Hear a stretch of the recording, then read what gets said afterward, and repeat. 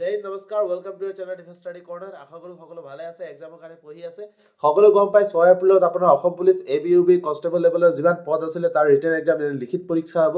so হেতু কাৰণে সকলোৱে একদম প্ৰিপাৰেচন কৰি আছে চাগে এতিয়া পঢ়ি আছে আশাটো হেতুৱে আছে যে ভালকে পঢ়ক এতিয়া আমি চৰ্চা কৰিম যে অসম পুলিচ এবিইউবি এপিআৰ কনষ্টেবল লেভেলৰ যিমান পদৰ লিখিত পৰীক্ষা ৰিটেন এক্সাম হ'বলগীয়া আছে 6 এপ্ৰিলত তাত আপোনাৰ যোনটো মেথ সেকশন থাকিব কোৱেশ্চন পেপাৰত হেতু মেথ সেকশন আপুনি কেনেকৈ সলভ কৰিব সকলোৰে ভয় হেতু সেকশনতে হয়নে সকলে ভয় কৰি আছে যে মেথ সেকশন আমি কেনেকৈ কমপ্লিট কৰিম সো এই ভিডিওত আমি 1 to 1 আপোনালোকক চৰ্চা কৰি আপোনালোকক ষ্ট্ৰেটেজি শেয়াৰ কৰি আপোনালোকক প্ল্যান শেয়াৰ কৰিম যে আপুনি মেথ সেকশন কেনেকৈ কমপ্লিট কৰিবলৈ পাৰিব বুজি পাইছে মই কি কৈ আছো সো প্ৰথমতে আপুনি মনত ৰাখিব math is all about practice আপুনি যিমান প্ৰেক্টিস কৰে মেথ সিমান ভাল হ'ব মেথ এইটো সাবজেক্ট নহয় যে আপুনি মেমৰাইজ কৰি পেলাই হেতু ভাল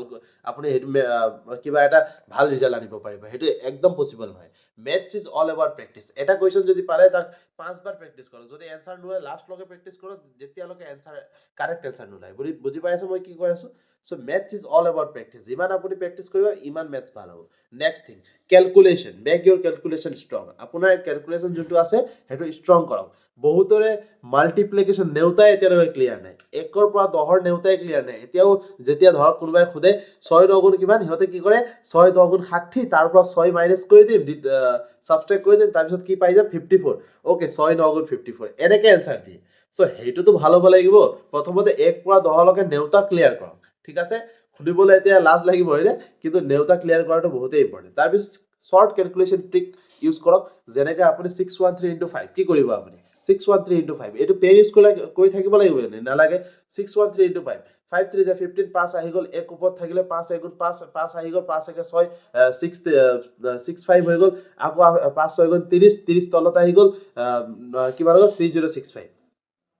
এনেকে উলাব লাগিব বস্তুটো বুজি পাইছে সো আপুনি সদায় ক্যালকুলেশন মুখেদি উলাবলৈ চেষ্টা কৰিব এইটো নহয় যে আপুনি পেন ইউজ কৰিব সকলো ক্যালকুলেশনত হয় যেতিয়া এটা প্ৰবলেম সলভ কৰে হেতু জায়গাত পেন ইউজ কৰক কিন্তু যেতিয়া ক্যালকুলেশন মাল্টিপ্লিকেশন ক্যালকুলেশন কৰি আছে বা সাবট্ৰেকশন ডিভাইড কৰি আছে হেতু কাৰণে ট্ৰিক থাকে কিবা কিবি হেতুবিলাক ট্ৰিক ইউজ কৰক এক্সামত তেতিয়া আপোনাৰ ক্যালকুলেশনটো ফাস্ট হ'ব বুজি পাইছে তেতিয়া আপুনি জলদি সলভ কৰিব পাৰিব বুজি পাইছে নে সো এতিয়া এটা ক্যালকুলেশন এটা প্ৰবলেম সলভ কৰিবলৈ আপুনি বেছি সময় নাপায় এক্সামত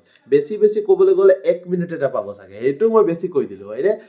40 পৰা 50 সেকেন্ড আপুনি পাব সো হেতু ভিতৰত আপুনি এটা প্ৰবলেম সলভ কৰি পেলাই এনসাৰ উলাব লাগিব আৰু হেতু কাৰেক্ট এনসাৰ হ'ব লাগিব যদি মাৰ্ক ল'ব আছে হয়নে সো হেতু ক্যালকুলেশন স্ট্ৰং কৰিব নিজে ঠিক আছে লগতে আপুনি সকলোকে শেয়াৰ কৰিব বিচাৰো যে উই হ্যাভ লঞ্চড এন ইবুক আমি এটা ইবুক লঞ্চ কৰিছো this is Assam police selection ebook in this ebook আপুনি এভৰিথিং পাই যাব Assam history Assam economy Assam geography Assam polity Indian history Indian economy Indian geography Indian polity maths most important topic english most important topic reasoning most important topic important word important nickname okay static gk indian and assam static gk everything যোনটো আপোনাৰ এক্সামৰ কাৰণে লাগে একদম concise কৰি পেলাই point to point topic to topic আপোনাক দিয়া আছে সো আপুনি এইটো সময়ত যোনটো আপোনাৰ টেনচন আছে যে কোনফালে কি বিচাৰিম কৰ পৰা পঢ়িম কি কৰ পৰা নোটছ লম এইবিলাক একদম টেনচন আঁতৰাই দিয়ক এইটো যদি আপুনি লৈ লয় ইটস প্ৰাইস 299 এইটো লোৱাৰ পিছত আপোনাৰ এভৰি যিমান আপোনাৰ ভয় আছে যে কেনেকৈ আমি কমপ্লিট কৰিব পাৰো সিলেবাস আৰামত এইটো ৰিভাইজ কৰক 5-6 বাৰ ৰিভাইজ কৰক ইমান পেজো নাই 30 পৰা 30 পৰা 35 পেজ হ'ব এইটো সো এইটো যদি আপুনি ৰিভাইজ কৰে আপোনাৰ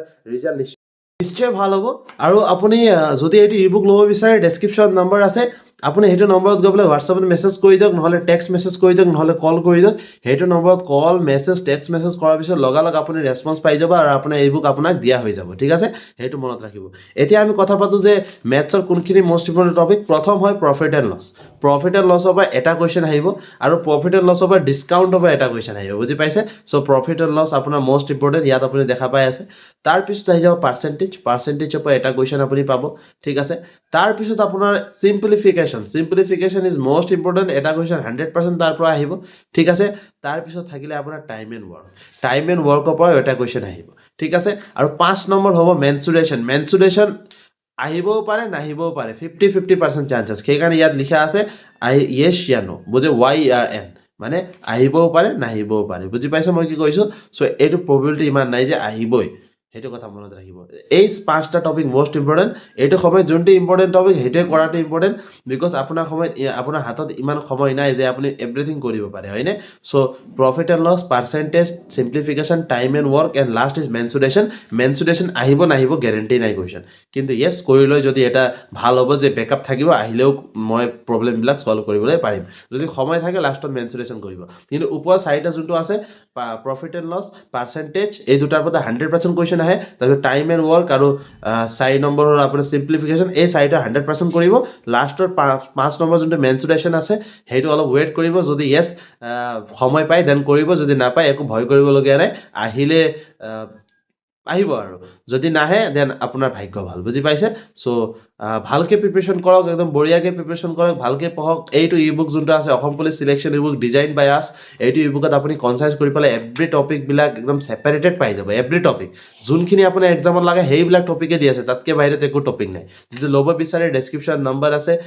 তাত ফোন কৰিব পাৰে মেছেজ কৰিব পাৰে কল কৰিব পাৰে নিশ্চয় আপুনি ৰিপ্লাইটো পাব আৰু একেদিনৰ ভিতৰত আমি আৰু এটা ছাৰপ্ৰাইজ আপোনাৰ কাৰণে আনি আছোঁ সেইটো ছাৰপ্ৰাইজৰ কাৰণে এভৰিৱান টিউন থাকক আৰু য়েছ বহুত ডাঙৰ ইনষ্টিটিউট এটা লঞ্চ কৰিছোঁ আমি এণ্ড সকলো কাৰণে এটা সেইটো বহুত ভাল এটা ষ্টেপ হ'ব ঠিক আছে আৰু আশা কৰোঁ সকলো নিউজ যিমান আছিল অলৰেডি লাইক কৰিলে যিহেতু মই ষ্টাৰ্টিঙতে কৈছোঁ লাইক কৰিব ছাবস্ক্ৰাইব কৰিব আৰু এইটো ভিডিঅ' যদি লাইক কৰে ছাবস্ক্ৰাইব নকৰে সেইটো বেলেগ কথা লাইক নকৰক ছাবস্ক্ৰাইব নকৰক সেইটো একো ডাঙৰ কথা নহয় কিন্তু এইটো ভিডিঅ' প্লিজ সকলোৰ লগত শ্বেয়াৰ কৰিব যোনে এক্সাম দিবলৈ এইবাৰ এক্সাম দিব 6 তাৰিখে 6 এপ্ৰিলত আৰু ভয় কৰি আছে যে মেথ ছেকশ্যন আমি কেনেকৈ কমপ্লিট কৰিম চ' সিহঁতে যদি এইটো ভিডিঅ' পায় সিহঁতৰ কাৰণে বহুতেই ইউজফুল হ'ব আমি একদম কনচাইজ কৰি পেলাই আপোনাৰ লগত এভৰি ডিটেইল শ্বেয়াৰ কৰি দিছোঁ চ' please everyone who is preparing for Assam Police ABUB Constable level exam written exam for 6 April please share them this video এইটো ভিডিঅ' প্লিজ সিহঁতৰ লগত শ্বেয়াৰ কৰিব সকলোকে এতিয়া I am taking signing off okay so' জয় হিন্দ জয় ভাৰত